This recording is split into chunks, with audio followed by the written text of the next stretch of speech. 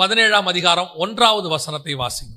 கீலேயாத்தின் குடிகளிலே திஸ்பியனாகிய எலியா ஆகாபை நோக்கி, என் வாக்கின்படியே அன்றி இந்த வருஷங்களிலே பனியும் மழையும் பெய்யாதிருக்கும் என்று இஸ்ரவேலின் தேவனாகிய கர்த்தருக்கு முன்பாக நிற்கிற நான். இஸ்ரவேலின் தேவனாகிய கர்த்தருக்கு முன்பாக நிற்கிற நான். அந்த வசனம் என்ன சொல்லுது?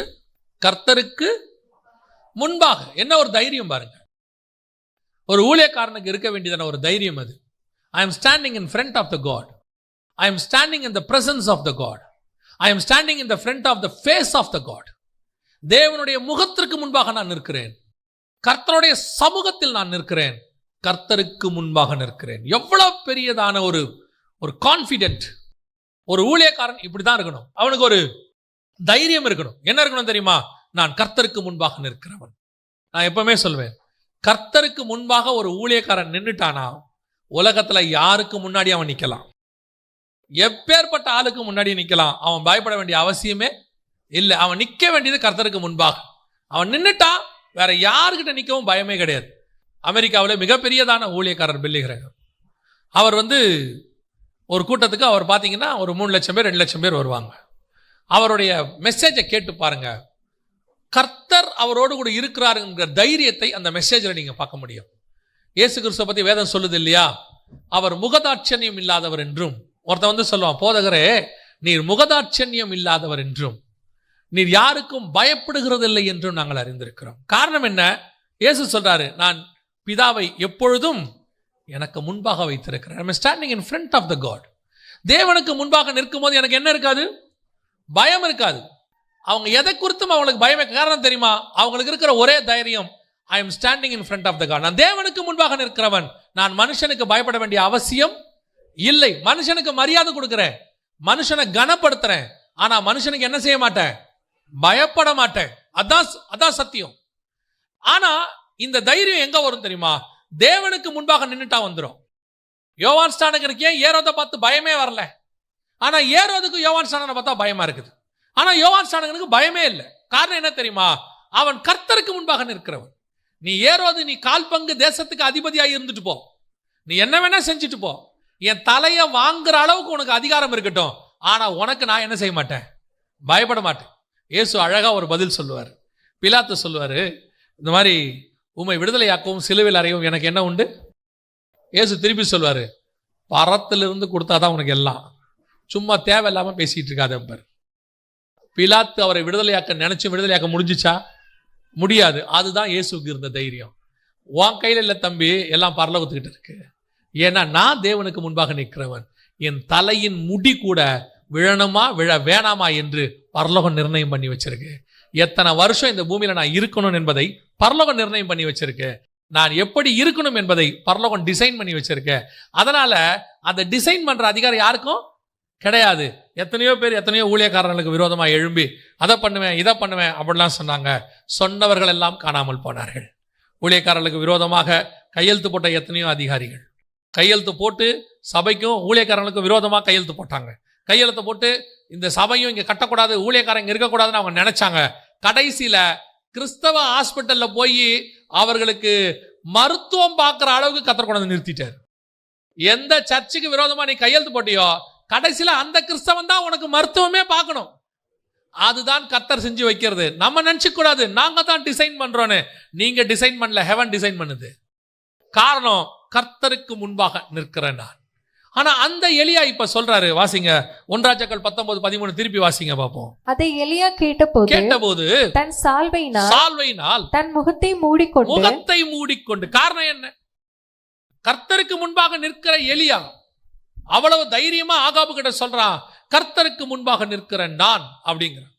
அப்பேற்பட்ட ஒரு தைரியசாலிக்கு ஏன் திடீர்னு முகத்தை மூடுற சுபாவம் வந்துச்சு? ஏன் திடீர்னு அவருக்கு அப்படி ஒரு சூழ்நிலை ஏற்பட்டது? கவனிங்கள். எலியாவுக்கு கர்த்தர் ஒரு வேலையை கொடுக்கிறார். சூரஜ் செடிக்கு கீழே படுத்திருக்கும் போது 1 ராஜாக்கள் 19 ஒரு வேலையை கொடுக்கிறார். வேலையை கொடுத்து சொல்றாரு, நீ எழுந்து நட, நீ பண்ண வேண்டிய பிரயாணம் வெகு தூரம் அப்படின்னு தூதனை அனுப்பி சொல்றார். இப்போ எலியா எழுந்துச்சு பிரயாணம் பண்ண ஆரம்பிச்சிட்டார். ஆரம்பிச்சவரு எந்த பக்கம் பிரயாணம் பண்ணிட்டாருன்னு கேட்டீங்கன்னா ஆப்போசிட் டைரக்ஷன்ல பிரயாணம் பண்ணிட்டார். எங்க போயிட்டாரு? எகிப்தில் இருக்கிற ஓரேபுக்கு போயிட்டார். பிரயாணம் பண்ணி எகிப்தில் இருக்கிற ஓரேபுக்கு போயிட்டார். அங்கதான் இந்த கான்வர்சேஷன் நடக்குது. ஆண்டவர் எலியாவை பார்த்து பேசுறது அங்கதான் நடக்குது. எலியாவே, உனக்கு இங்க என்ன காரியம், ஏன் இங்க வந்த அப்படின்னு கேட்கிறாரு. இப்ப எலியா எல்லாத்தையும் முகத்தை மூடிக்கிட்டு எல்லாத்தையும் சொன்ன உடனே கர்த்தர் அவரை பார்த்து சொல்ற ஒரு வார்த்தை இருக்குது பாருங்க. 15வது வசனம் வாசிங்க. 15.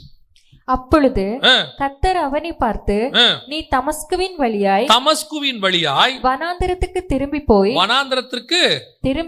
அப்படின்னா தமஸ்குவின் வழியாய் வனாந்தரத்துக்கு திரும்பி போ அப்படின்னா என்ன அர்த்தம் தெரியுமா? இவர் எகிப்து சவுத் சைடு தென் திசையில ஒரு மலைக்கு ஓரேபுக்கு வந்துட்டார். இப்ப தமஸ்கு எங்க இருக்குன்னா சிரியாவில் இருக்கு. இப்ப கூட தமஸ்கு சிரியால தான் இருக்கு, சிரியா தேசத்துல, இஸ்ரேலுக்கு மேல. அங்க சொல்றாரு, இப்ப நீ எங்க போனோம்? தமஸ்குவின் வழியாய் வனாந்தரத்திற்கு போ. அப்படின்னா என்ன அர்த்தம்? எலியா இரவும் பகலும் 40 நாள் பிரயாணம் பண்ணது ஆப்போசிட் டைரக்ஷன். கீழே வந்துட்டார். எங்க வந்துட்டார்? எகிப்துக்கு வந்துட்டார். இப்ப கர்த்தர் சொல்றார் எலியாவை பார்த்து, நீ ராங் டைரக்ஷன்ல வந்துட்ட எலியா. இப்ப நீ என்ன பண்ணணும்? எங்க போகணும்? ஆப்போசிட் டைரக்ஷன்ல போகணும், நார்த்துக்கு போகணும், சிரியாக்குள்ள தமஸ்குக்கு போ. அப்படின்னா எலியா இன்னும் எத்தனை தடவை நடக்கணும் தெரியுமா? இரவும் பகலும் 80 நாள் நடக்கணும். திருப்பி 40 நாள் நடந்தா அவர் பாதி தூரம் தான் வருவார். திருப்பி அவர் எங்க போனோம்? மேல தமஸ்குக்கு போகணும். அங்க போன்ட்டார் ஆண்டவர். திருப்பி அங்கேயே போ, நடந்து போ, டபுள் மடங்கு தூரம் போ அங்கன்ட்டார். ஏன் எலியா முகத்துல மூடினார் தெரியுமா? காரணம் அதுதான். எலியா standing in the wrong place. தப்பான இடத்தில் நின்று கொண்டிருக்கிறார். அந்த தப்பான இடத்துல நிற்கும் போது அவனுக்கு முகத்தை மூட தவிர வேற வழியே கிடையாது. ஏன்னா தப்பான இடத்தில் இருந்து தேவனை பார்க்க முடியாது. தேவனை பார்க்கறதுக்கு முதல்ல நான் நிக்கிற இடம் ரொம்ப முக்கியம். வேர் ஐ ஆம் இட்ஸ் வெரி இம்பார்ட்டன்ட். நான் எங்கே இருக்கிறேன்? ஆதாம் கேட்டாரு ஆதாமை பார்த்து, நீ எங்கே இருக்கிறாய்? அது வரைக்கும் என் கூட இருந்த ஆதாமே, இப்ப நீ எங்கே இருக்கிறாய்? இப்ப அவன் சொல்றான், நான் மரத்துக்கு பின்னாடி நிற்கிறேன், விருட்சங்களுக்குள்ளே ஒளிந்து கொண்டேன். Standing in the wrong place. நான் விருட்சத்துக்கு பின்னாடி இருந்தால் கர்த்தருடைய முகத்தை பார்க்க முடியாது. நான் கெபிக்குள்ள இருந்தால் கர்த்தருடைய முகத்தை பார்க்க முடியாது. கர்த்தர் எங்க சொல்றாரோ அங்க இருக்கணும். இன்னைக்கு ஒரு கூட்டம் இருக்குது, கர்த்தர் சொல்லாத இடத்துக்கு ஓடிடுறது. தேவன் ஒரு இடத்துக்கு போக சொன்னால் அந்த இடத்தில் உங்களுக்கு என்ன தேவையோ அதை ரெடி பண்ணிட்டு தான் கர்த்தர் உங்களை அனுப்புவார். தேவன் கொண்டு போய் நிறுத்துகிற இடம் அது கடினமா இருக்குதா, அது வனாந்தரமா இருக்குதான்றதெல்லாம் முக்கியம் கிடையாது. அவர் நிறுத்தினா அந்த இடத்தில் கர்த்தர் ஆசீர்வதிக்க வல்லமை உள்ளவராய் இருக்கிறார். தேவன் நினைச்சா பாபிலோனில் வைத்தும் தானியேலை ஆசீர்வதிப்பார். தேவன் நினைச்சா எருசலேமிலும் சிதேக்கியா கண்களை பிடுங்கும்படி கர்த்தர் செய்வார். எருசலேம்ல இருந்துட்டா எல்லாமே ஆசீர்வாதமா அப்படின்னு நினைச்சுக்கிறது ஒரு குரூப். ஓ பாபிலோன் பாவத்தின் தேசம். கர்த்தர் உன்னை எங்க வைக்கிறார்ன்றதா முக்கியம். எங்கே நீ நிற்கிறாய் என்பது ரொம்ப முக்கியமான கேள்வி. Where you are standing. கர்த்தருக்கு முன்பாக நிற்கிறோமா? இன்னைக்கு நமக்கு என்ன ஆசை? ஓ பெரிய கம்பெனிக்கு போயிட்டோம்னா ஆசீர்வாதமா இருக்கும். வேலை எவ்வளவுங்க சம்பளம்? 60,000, 70,000, 1.5 லட்சம், 2 லட்சம். ஆசைப்பட்டுட்டு ஓடிடுறது. அங்க போனா அவன் போட்டு ஆரஞ்சு ஜூஸ் புளிகிற மாதிரி புளிகிறான். நைட்டு சாயங்காலம் 6 மணிக்கு வேலை ஆரம்பிச்சு மறுநாள் காலையில் 6 மணிக்கு முடியுது. நைட்டு முழுக்க 12 hours வேலை. 6 மணிக்கு வந்து படுத்தா திருப்பி 8 மணிக்கு ஆஃபீஸ்ல இருந்து ஃபோன் வருது, ஒரு அர்ஜென்ட் கிளைண்ட், உடனே லேப்டாப்பை ஓபன் பண்ணு. திருப்பி நல்லா 1.5 லட்சம் சம்பளம் போய் உடம்பு கெட்டு எல்லாம் பாதிக்கப்பட்டு 6 மாசம் சேர்த்து வச்ச மொத்த சம்பளமும் ஹாஸ்பிட்டலுக்கு போயிருச்சு. கர்த்தர் அதை நிச்சயம் செய்ய மாட்டார். கர்த்தர் நிச்சயம் செய்ய மாட்டார். ஆண்டவர் ஒருவேளை சம்பளம் குறைவாய் கொடுத்தாலும் உன்னை சமாதானமான இடத்தில் குடியிருக்க பண்ணுவார். அதான் கர்த்தர் கொடுக்கிற ஆசீர்வாதம். உன்னை சுத்திலும் கர்த்தர் அமைதியை உண்டாக்குவார். உன்னை சுத்தி எப்ப பார்த்தாலும் ஒரு பெரிய போலீஸ் ஆபீசர் கர்நாடகாவில் இருக்கிறார். அவரை அடிக்கடி அவரை மீட் பண்ணும் போது, அங்கே போகும்போது மீட் பண்ணுவார். மீட் பண்ணும் போது ஒரு வார்த்தை அடிக்கடி சொல்வார். அவருக்கு ஏற்கனவே 2 ப்ரமோஷன் வந்துருச்சு. 2 ப்ரமோஷனையும் அவர் வேணான்ட்டார். அப்போ அவர் கூட வேலை பார்த்துருந்தவங்கலாம் வந்து அவர்கிட்ட சொன்னாங்க, பைத்தியக்கார மாதிரி நீ என்ன செய்கிற, வேலை பண்ணுற, இந்த ப்ரமோஷனுக்காக அவன் எவ்வளோ வெயிட் பண்ணுறான், உனக்கு எவ்வளோ காசு இன்க்ரீஸ் ஆகும், நீ என்ன இப்படி பண்ணுற. அவர் வேணா நீங்கள் வாங்கிக்கிங்கப்பா, எனக்கு வேணாம் அப்படின்ட்டார். இப்போ நானும் அவரை கேட்டேன், ஏன் பிரதர் வேணான்றீங்க, ஏன் இந்த ப்ரொமோஷனை நீங்கள் வேணான்னு சொல்கிறீங்க? அப்போ அவர் சொன்னார், பாஸ்டர், இந்த இடத்துல நான் இருக்கும்போது நான் நினச்ச நேரத்தில் வீட்டுக்கு வர முடியும், நான் ஜெபம் பண்ண முடியும், நான் ஞாயிற்றுக்கிழமையில் ஆராதனைக்கு போக முடியும். இன்னும் சொல்ல போனால் அவர் பார்ட் டைம் மினிஸ்ட்ரி பண்ணுறாரு, ஞாயிற்றுக்கிழமையில் நான் ஊழியம் பண்ண முடியும். ஆனால் இதை விட காசுக்கு ஆசைப்பட்டு நான் மேலான போஸ்டிங்க்கு போயிட்டேன்னா நான் இரவும் பகலும் மிக முக்கியமான ஒரு அரசியல் தலைவருக்கு பாடி கார்டாக போகணும். நான் அங்கே சர்ச்சுக்கும் போக முடியாது, அந்த அரசியல் தலைவர் எங்கெங்கே போகிறாரோ நான் அவர் கூடவே போகணும். எனக்கு நிம்மதி இருக்காது, ஒன்றும் இருக்காது. இப்போ கர்த்தர் என்னை நிம்மதியாக வச்சிருக்காரு. எனக்கு பணம் அல்ல, நிம்மதி ரொம்ப முக்கியம். அதை விட முக்கியம் தேவனை தேடுவது. எவ்வளோ அழகான ஒரு ஸ்டேட்மெண்ட் பாருங்க. இன்னைக்கு பணத்துக்கு ஆசைப்பட்டு அங்கே போகிறேன், இங்கே போகிறேன், அந்த நாட்டுக்கு போகிறேன், இந்த நாட்டுக்கு போகிறேன், அந்த வேலைக்கு போகிறேன், இவ்வளோ சம்பாத்தியம் போய் அவஸ்தைப்பட்டு அடிப்பட்டு மிதிப்பட்டு கடைசியில் கதறி, ஆண்டவரே ஜெபத்தை கேட்க மாட்டீரா, எனக்கு இறங்க மாட்டீரா, நீர் தானே கொண்டு வந்தீர். அவர் எங்க கொண்டு வந்தாரு? பிலிப்பு ஆவியில கொண்டு போய் போட்ட மாதிரியா போட்டாரு? ஆண்டவர் எத்தனையோ முறை தடுக்க முயற்சி பண்ணார். இது ஒரு உதாரணத்துக்கு நான் சொல்றேன். எலியா எங்க நிக்கிறான் தெரியுமா? Wrong place. நீ ராங் பிளேஸ்ல நிற்கும் போது கர்த்தரை முகமுகமா பார்க்க முடியாது. நீ ராங் பிளேஸ்ல நிற்கும் போது கர்த்தரை முகமுகமாக தரிசிக்க முடியாது. பாருங்க, ஜெயில யோசேப்பை போட்டாங்க. கேஸ் என்ன கேஸ்? போர்த்திபாரின் மனைவியோட கேஸ். ஒருவேளை இந்த யோசேப்புக்கு கில்ட்டினஸ் இருந்திருக்கும்னா, அவன் பண்ணது தப்பு அப்படின்னு ஒரு கில்ட்டினஸ் இருந்திருக்கும்னா, நீங்க ஆதியாகமத்தின் புஸ்தகத்தை வாசிச்சு பாருங்க. 20வது வசனம் வாசிங்க, 39-20. யோசேப்பின் எஜமான் அவனை பிடித்து ராஜாவின் கட்டளையால் காவலில் வைக்கப்பட்டவர்கள் இருக்கும் சிறைச்சாலைகளே அவனை ஒப்புவித்தான். அந்த சிறைச்சாலையில் அவன் இருந்தான். 21வது வசனம், கர்த்தரோ யோசேப்போடே இருந்து. அப்படின்னா என்ன அர்த்தம்? கேஸ் மோசமான கேஸ். அதாவது போர்த்திபாரின் மனைவி கேஸ். என்ன பிடிச்சி உள்ள போட்டாச்சு, ராஜாவும் தண்டனை கொடுத்தாச்சு, கேஸ் முடிஞ்சிருச்சு. இவன் வந்து கில்ட்டி, அதாவது இவன் வந்து குற்றவாளியின் தீர்ப்பு ஆயிடுச்சு, உள்ள போட்டாச்சு. ராஜா பார்வையில சட்டப்படி இவன் குற்றவாளி, போர்த்திபாரின் பார்வையில தண்டனை கொடுத்தாச்சு, எல்லாம் முடிஞ்சிருச்சு. ஆனா யோசேப்போட பார்வையில் என்ன தெரியுமா? நான் ஒரு தப்பும் செய்யல, எனக்கு ஒரு கவலையும் கிடையாது. நான் வெளியே இருந்தால் கர்த்தர் என்னோடு கூட வெளியே இருப்பார், நான் ஜெயிலில் இருந்தால் கர்த்தர் என்னோடு கூட ஜெயிலில் இருப்பார். ஏன்? நான் எங்க இருக்கிறேனோ கர்த்தர் அங்கே என் கூட இருப்பார். ஏன்னா நான் கர்த்தருக்கு முன்பாக நிற்கிறவன். எனக்கு கில்ட்டினஸ் கிடையாதுங்கிறான். எனக்கு எந்த பிரச்சனையும் கிடையாது. உங்களுக்கு தான் அது கேஸ், உங்களுக்கு தான் அது என்ன வேணா சொல்லிட்டு போங்க. என்னை பொறுத்த வரைக்கும் நான் போர்த்திபார் வீட்டில் இருந்தாலும் சரி, பார்வோனின் அரண்மனையில் இருந்தாலும் சரி, சிறைச்சாலையில் இருந்தாலும் சரி, கர்த்தர் என்னோடு கூட இருப்பார். Standing in front of the God, அதான் முக்கியம். நாம் எங்கே இருக்கிறோமோ அங்கே கர்த்தர் இருக்கணும். கர்த்தர் எங்கே வைக்கிறாரோ நாம் அங்கே இருக்கணும். அதான் இன்னைக்கு முக்கியம். இன்னைக்கு நம்ம என்ன செய்யறோம்? நமக்கு எது வசதி? கெபியா இருக்குமா? நமக்கு எது வசதி? அரண்மனையா இருக்குமா?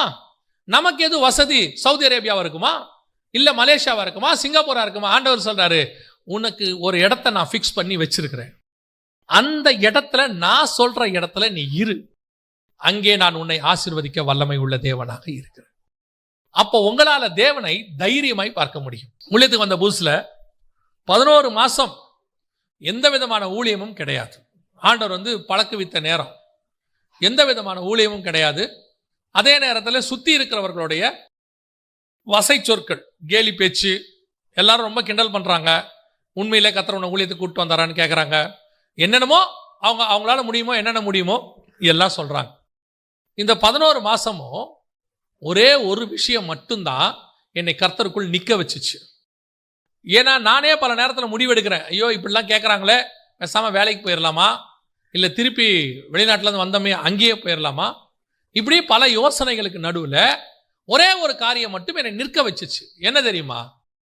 கர்த்தர் என்னோடு கூட பேசிக்கொண்டே இருந்தார். உன்னை அழைச்சி கொண்டு வந்தது நான் தான், இந்த ஊழியத்தில் உன்னை நான் பயன்படுத்துவேன், அதுக்கான காலம் வரும்போது எடுத்து பயன்படுத்துவேன், அது வரைக்கும் பொறுமையாக காத்துரு.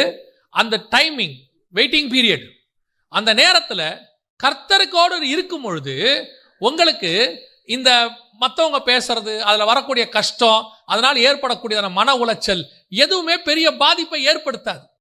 பல நேரத்தில் எல்லாரும் என்ன சொல்லுவாங்க? வேலை இல்லை, ஓ அப்படி பண்ற இப்படி பண்ற, என்ன பண்ண போற, உன் எதிர்காலம் என்ன, நடுத்தரில் நிற்க போற, நாசமா போக போற, உன் குடும்பம் என்னமாகும், இப்படி ஒரு குரூப் பேசிக்கிட்டே இருக்கும். இன்னொரு குரூப் இன்னும் கொஞ்சம் அதிகப்படியாக பேசும், நீ சோம்பேறி, நீ வந்து அர்த்தம் காசுல வாழ பார்க்குற, இப்படி சொல்லிக்கிட்டு இருக்கும். எல்லாம் ஒரு பக்கம் ஒரு மாதிரி பேசிக்கிட்டே இருப்பாங்க. ஆனா ஆண்டவர் சொல்வாரு, நான் உன்னை கூட்டு வந்திருக்கேன், நீ பொறுமையாரு, நான் உன்னை கூட்டு வந்திருக்கேன். அந்த அந்த காலகட்டம் சுத்தி இருக்கிறவர்கள் நம்மை வேதனைப்படுத்தினாலும், நம்மை சுத்தி இருக்கிற சூழ்நிலை அகைன்ஸ்டாக இருந்தாலும், நம்மை கர்த்தருக்குள் நிக்க வைக்கிறது என்ன தெரியுமா? அந்த தேவனுக்கு முன்பாக நிற்கிற அனுபவம், அவர் பேசுகிற வார்த்தை. அதுக்குதான் சொல்றேன், ரைட் இடத்துல நீங்க நின்னுட்டீங்கன்னா உங்களை அந்த இடத்துல கர்த்தர் உங்கள் முகத்தை மறைக்காதபடி தைரியமாய் நிற்க பண்ணுவார். தைரியமா நிற்க பண்ணுவார். நீங்க பேசலாம், ஆண்டவர்கிட்ட சொல்லலாம், நான் கர்த்தர் சொல்லி வந்திருக்கிறேன், என்னை ஒரு நாள் கர்த்தர் உயர்த்துவார், அது வரைக்கும் நான் சிறைச்சாலைக்குள் இருக்க வேண்டியது அவசியம். நான் சிறைச்சாலையில் இருக்கிறேன், ஆனாலும் தேவன் என்னோடு கூட இருக்கிறார். யோசிச்சு பாருங்களேன், சிலுவையில் 2 கல்லன் தொங்குறான், 2 பக்கம், ஒரு பக்கம் இயேசுவும் தொங்குறாரு. அங்க இருக்கிறவங்கள 3 பேரும் குற்றவாளிகள், அத்தனை பேரும் குற்றவாளி. ஒருத்தன் நம்ம பார்வைக்கு குற்றவாளி, இன்னொருத்தன் நம்ம பார்வைக்கு நல்ல கல்ல. நம்ம அவனை அப்படித்தான் சொல்லி வச்சிருக்கிறோம். ஏன்னா அவன் மனம் திரும்பிட்டான். அவனுக்கு பேர் என்ன கல்ல? நல்ல கல்ல. இவன் கெட்ட கல்ல, அப்படி வச்சுக்கலாம்னு வச்சுக்கங்களேன். இப்ப அங்க இருக்கிறவங்களுக்கு, எருசலேம்ல இருக்கக்கூடிய ரோமாபுரியில உள்ள அந்த அதிகாரிகள் அத்தனை பேருக்கும் 3 பேருமே யார் தான்? குற்றவாளி தான். ஆனா இந்த 2 பேரும் செய்ய முடியாத ஒன்றை இயேசுவால் அங்கே செய்ய முடிஞ்சிச்சு. என்ன பண்ணார் தெரியுமா? தன் தலையை உயர்த்தி பிதாவை நோக்கி, பிதாவே, இவர்கள் செய்கிறது என்னதென்று அறியாதிருக்கிறார்கள். இவர்களுக்கு, இந்த 2 பேரும் சாக விடாமல் அவனுக்கு மன்னிப்பு கேட்கிறான். ஆனா இவரோ தன்னை அடித்தவர்களுக்கு மன்னிப்பு கேட்கிறாரு. ஏன் அந்த தைரியம் வருது தெரியுமா? நான் தப்பு செய்யல, அவங்க தான் தப்பு செஞ்சிருக்காங்க. நான் இன்னும் பிதாவுக்கு முன்பாக உண்மையும் உத்தமமாய் இருக்கிறேன். நான் தொங்குறது வேணா சிலுவையாய் இருக்கும், நான் பார்க்கப்படுறது எல்லாருக்கும் நடுவுல குற்றவாளியை போல இருக்கும். அத்தனை பேரும் என்ன குற்றவாளின்னு கூட சொல்லலாம், அத்தனை பேரும் என்ன கிண்டல் பண்ணலாம், கேலி பண்ணலாம், என்ன வேணா பண்ணட்டும், எனக்கு தெரியும் நான் பிதாவுக்கு முன்பாக நின்று கொண்டிருக்கிறேன். அந்த தைரியம் தான் இயேசு கிட்ட இருந்துச்சு, அந்த தைரியம் தான் எலியா கிட்ட இருந்துச்சு, அந்த தைரியம் தான் யோசேப்பு கிட்ட இருந்துச்சு. அந்த தைரியம் தான் உங்களுக்கும் எனக்கும் தேவை. இன்னைக்கு நம்ம ராங் பிளேஸ்ல நின்றுட்டு இருக்கிறோம். ஏன் ஆண்டவரை பார்க்க முடியல? ஏன் ஆண்டவரை பார்த்து எதுவும் செய்ய முடியல? முகத்தை ஏன் மூடிக்கொள்றோம்? சில நேரத்தில் தேவ சமூகத்துக்கு போறோம், போகும்போது நம்மளாலேயே சில காரியங்களை கர்த்தர்கிட்ட உண்மையா கேட்க முடியல. பாருங்க, ஆண்டவர் சமூகத்தில் உட்கார்ந்துருக்கும் போதே சில காரியங்கள் ஞாபகத்துக்கு வரும். ஐயோ, நானே இன்னும் சரியாகலையே, எனக்கே இன்னும் இந்தந்த காரியங்கள்லாம் இருக்குதே. தேவனுக்கு முன்பாக உங்களை என்ன பண்ணுங்க? சரி பண்ணுங்க. அப்ப கர்த்தருக்கு முன்பாக நிற்கிற மனுஷன் கடைசியாக கர்த்தருக்கு முன்பாக முக்காடு போட்டு பார்க்க முடியாதபடிக்கு எலியா நின்றதுக்கு காரணம் standing in the wrong place. ஆனா கர்த்தர் உங்களை என்னையும் பார்த்து என்ன சொல்றார் தெரியுமா? இந்த வசனத்தை வாசிங்க, நான் முடிக்க போகிறோம். வாசிங்க, உன்னத பாட்டின் புஸ்தகம் 2ஆம் அதிகாரம் 14வது வசனத்தை வாசிங்க.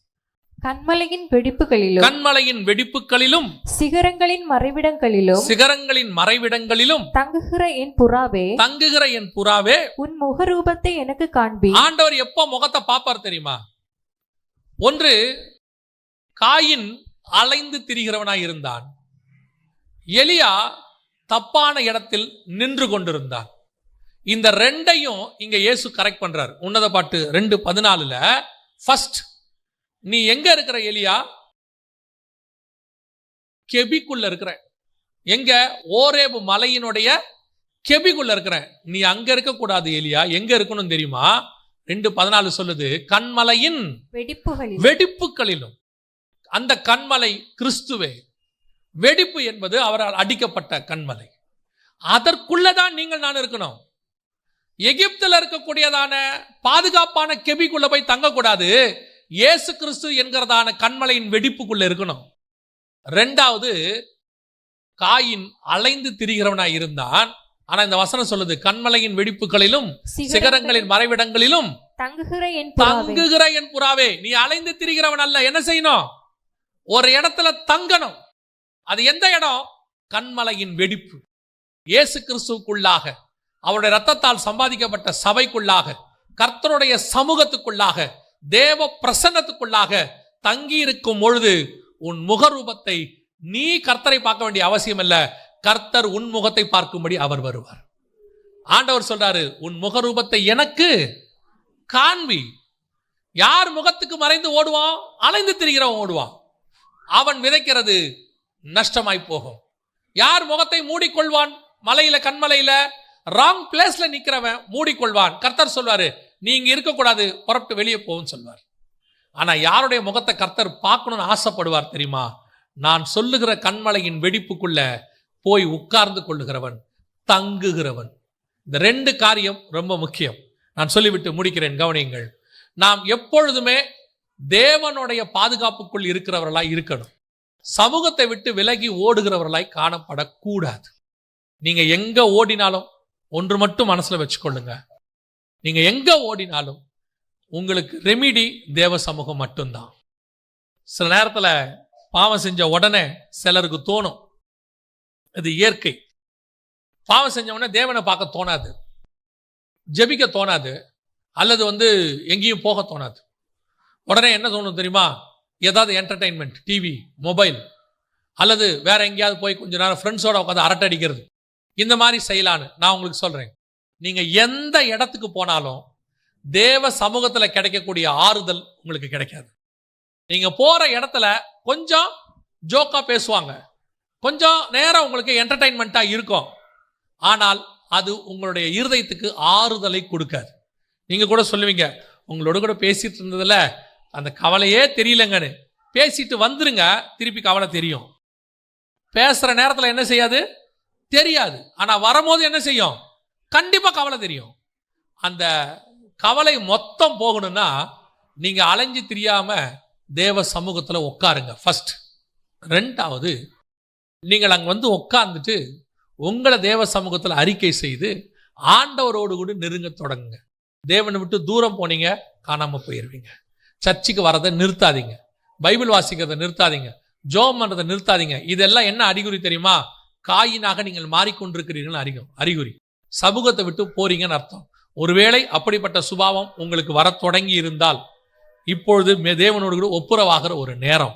திருப்பி ஆண்டவரோட வாங்க, தேவ சமூகத்துல உட்காருங்க, ஆண்டவர்கிட்ட சொல்லுங்க, ஆண்டவரே நான் அலைஞ்சி திரிகிறேன்னா இது வரைக்கும் இருந்துட்டேன், இப்போ உங்க சமூகத்துக்கு திரும்பி வரேன், என்னை ஆசீர்வதியும் நீங்க ஒப்பு கொடுத்து ஜெபம் பண்ணுங்க. கர்த்தர் மீண்டும் உங்கள் முகத்தை அவருடைய முகத்தை உங்கள் மேல் பிரகாசிக்க பண்ண வல்லமை உள்ளவராய் இருக்கிறார். கடைசியா சொல்லிட்டு முடிக்கிறேன், நீங்கள் அவர் சமூகத்துக்கு விலகி எங்கேயுமே போக முடியாது. எங்கேயுமே நீங்க போக முடியாது. 139ஆம் சங்கீதத்துல நீங்க வாசிச்சீங்க இல்லையா, 7வது வசனம், உம்முடைய ஆவிக்கு மறைவாக எங்கே போவேன், உம்முடைய சமூகத்தை விட்டு எங்கே ஓடுவேன். தொடர்ந்து வாசிங்க. நான் வானத்துக்கு ஏறினாலும் நீர் அங்கே இருக்கிறீர். நான் பாதாளத்தில் படுக்கை போட்டாலும் நீர் அங்கேயும் இருக்கிறீர். அதான் அர்த்தம். நீங்க எங்கேயும் போக முடியாது. எங்க போனாலும் நீங்க திருப்பி தேவ சமூகத்துக்கு வந்தா மட்டும்தான் பிழைச்சிங்க. எவ்வளோ தூரம் போனாலும் கர்த்தர் கொண்டாந்துருவார். எலியா என்னதான் எகிப்துக்கு போனாலும் திருப்பி கூட்டு வந்துட்டார் பாருங்க. நீங்க எவ்வளவு தூரம் எங்க வேணா போங்க, ஆனா கர்த்தர் திருப்பி இழுத்து கொண்டு வருவார். நான் அதுக்கு தான் சொல்றேன், நீங்க எங்கேயும் அலைஞ்சு திரியாம தேவ சமூகத்திலேயே காத்துருங்க, உங்களுக்கு நியமிக்கப்பட்ட இடத்துல நில்லுங்க. கர்த்தர் உங்களை ஆசீர்வதிக்க வல்லமை உள்ளவராய் இருக்கிறார். அல்லேலூயா. நாம் ஜெபிக்க போகிறோம். தேவ சமூகத்தில் எழுந்திருக்கலாமா? நாம எல்லாரும் எத்தனை பேர் அவருடைய சமூகத்துக்கு விலகி ஓடிக்கிட்டு இருக்கிறீங்க? அவருடைய சமூகத்தை தவிர வேற எதுவுமே நமக்கு சந்தோஷமான இடம் கிடையாது. சில நேரத்தில் அவருடைய சமூகத்தில் உட்கார்ந்து நம்மளை சரி பண்ணுவார். அந்த சரி பண்ற ப்ராசஸ் நீங்க விரும்பலனா, அதுக்கு நீங்க கஷ்டப்பட்டீங்கன்னா, அதுக்கு பயந்து வெளியே ஓடிட்டீங்கன்னா உங்களை சரி பண்ணவே முடியாது. நான் சொல்றேன், உங்களுடைய பாவங்கள் எப்பேற்பட்ட செவேர் என்று இருந்தாலும் அதை ஈசோப்பினால் கழுவி சுத்தமும் வெண்மையுமாய் மாற்ற தேவனால் ஒருவரால் மட்டும் முடியும். அவர் சமூகத்தை விட்டு மட்டும் ஓடிராதீங்க. அதுக்கு பதிலாக வேற ஆல்டர்னேட் பிளேஸே கிடையாது. பிசாசு சும்மா மாயையா காட்டுவான். அதுக்கு பதிலாக செல்போன் காட்டுவான், அதுக்கு பதிலாக சினிமா காட்டுவான், அதுக்கு பதிலாக என்டர்டைன்மெண்ட் காட்டுவான், அதுக்கு பதிலாக சில மனுஷங்களை காட்டுவான். அவங்க கூட இருந்தால் கொஞ்சம் நேரம் நல்லா ஜாலியாக இருக்கிற மாதிரி இருக்கும். நான் சொல்றேன், தேவ சமூகத்துக்கு ஆல்டர்னேட் இந்த உலகத்தில் கிடையவே கிடையாது. வேற எங்கேயுமே கிடையாது. வானத்திலையும் கிடையாது, பூமியிலையும் கிடையாது. God's presence தான் அந்த ஆங்கிலத்தில் சொல்லுது, the face of the God. தேவனுடைய முகத்திற்கு விலகி நீங்கள் எங்கே ஓட முடியும்? அதுதான் ஒரே இடம். அது சரி பண்ற இடம், அது சந்தோஷம் கொடுக்கிற இடம், அது சமாதானம் கொடுக்கிற இடம், அது சர்வ வல்லமை உள்ளவருடைய இடம். அதை தவிர வேற இடமே நமக்கு இல்லை. நீங்க வேற எங்க ஓடினாலும், நீங்க என்ன விதைச்சாலும் அது உங்களுக்கு பலனை கொடுக்காது. நீங்க தேவ சொல்ற இடத்துல நின்னு ஈசாக்கை போல விதை விதைச்சு பாருங்க, அது 100% உங்களுக்கு பலனை கொடுக்கும். பஞ்சம்தான், ஆனா பலன் கொடுக்கும். இரண்டாவது, நீங்கள் எங்கே நிற்கிறீர்கள்? உங்க முகம் கர்த்தருக்கு முன்பாக பார்க்கக்கூடிய அளவில் இருக்குதா? வேற யாரும் சொல்ல வேணாம், உங்க மனசாட்சி சொல்லும், உங்களுக்குள்ள இருக்கிற ஆவியானவர் சொல்லுவார். நீ தேவனுக்கு முன்பாக தைரியமாய் உன் முகத்தை காட்ட முடியுமா, அல்லது நீ உன் முகத்தை மூடிக்கொண்டு நிற்கிறாயா? Where you are standing in the wrong place. Maybe you are in the safest place. நான் கெபிக்குள்ள இருக்கிறேன், நான் பக்காவா பாதுகாப்பா இருக்கிறேன், நல்ல இடம், நல்ல சம்பளம், நல்ல வேலை. ஆனா கர்த்தர் சொல்லாத இடமா இருக்குமானால் அது ஒரு நாளும் உனக்கு ஆசீர்வாதத்தை கொடுக்காது. அது ஆரம்பத்தில் ஆசீர்வாதம் மாதிரி இருக்கும், பின்னால் அது உனக்கு வேதனையை கொடுக்கும். ஆனால் கர்த்தருடைய ஆசீர்வாதம் தன்னோடு கூட வேதனையை கூட்டார். ஆண்டவர் கொடுக்கிற ஆசீர்வாதம் பார்க்கறதுக்கு வேணா ஒன்றும் தெரியாம இருக்கும். லோத்து சோதோமை பார்த்தபோது அது செழிப்பாய் இருந்தது, தேவனுடைய தோட்டத்தை போலவும் எகிப்தை போலவும் இருந்தது. ஆனா உள்ளே மரணம் காத்திருந்தது, அழிவு காத்திருந்தது. ஆனால் அதே இடத்திலிருந்து ஆபிரகாம் கானானை பார்த்தபோது அது பாலும் தேனும் ஓடுகிற தேசமாய் தெரியவில்லை. இஸ்ரவேலர்கள் உள்ளே போய் பார்த்தபோது அங்கே ராட்சதர்கள் இருந்தார்கள்.